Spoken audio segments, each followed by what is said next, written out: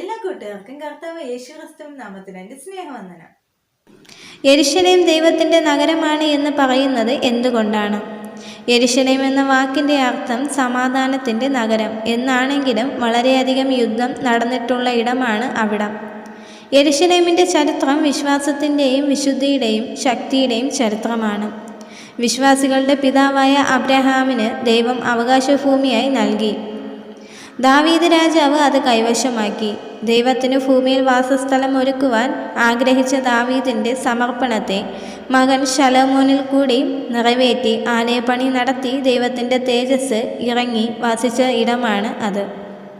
നീതിയോടെ ഭരിക്കുന്ന രാജാവ് യെരുശലേം ഭരിക്കുമെന്നും യെശയ്യാ പ്രവാചകൻ പ്രവചിച്ചുവെങ്കിലും അശ്ശൂർ, ബാബിലോൺ തുടങ്ങിയ ഇടങ്ങളിൽ നിന്നും രാജാക്കന്മാർ വന്ന് പിടിച്ചെടുത്ത രാജ്യമാണ് അത്. യേശുവിൻ്റെ ജനന മരണം നടന്നു.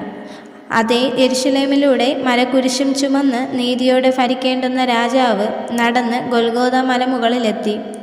കുരിശിൽ 3 ആണികളിൽ തൂങ്ങപ്പെട്ടവനായി മരിച്ചതും 3-ാം നാൾ ഉയർത്തെഴുന്നേറ്റതുമാണ്. പോയതുപോലെ മടങ്ങിവരും എന്നും പറഞ്ഞ് സ്വർഗാരോഹണം ചെയ്ത ഇടവുമാണ്.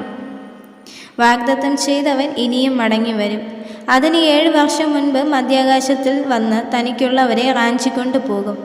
കുഞ്ഞാടാം യേശുവിൻ്റെ രക്തത്താൽ വിലയ്ക്ക് വാങ്ങപ്പെട്ടവർ എല്ലാം അക്കൂട്ടത്തിൽ ഉണ്ടായിരിക്കും. ആ കർത്താവിൻ്റെ വരവിൽ നാം എടുക്കപ്പെടുവാൻ നമ്മെ ഏവരെയും കർത്താവായ യേശു ക്രിസ്തു സഹായിക്കുമാറാകട്ടെ. ആമേൻ.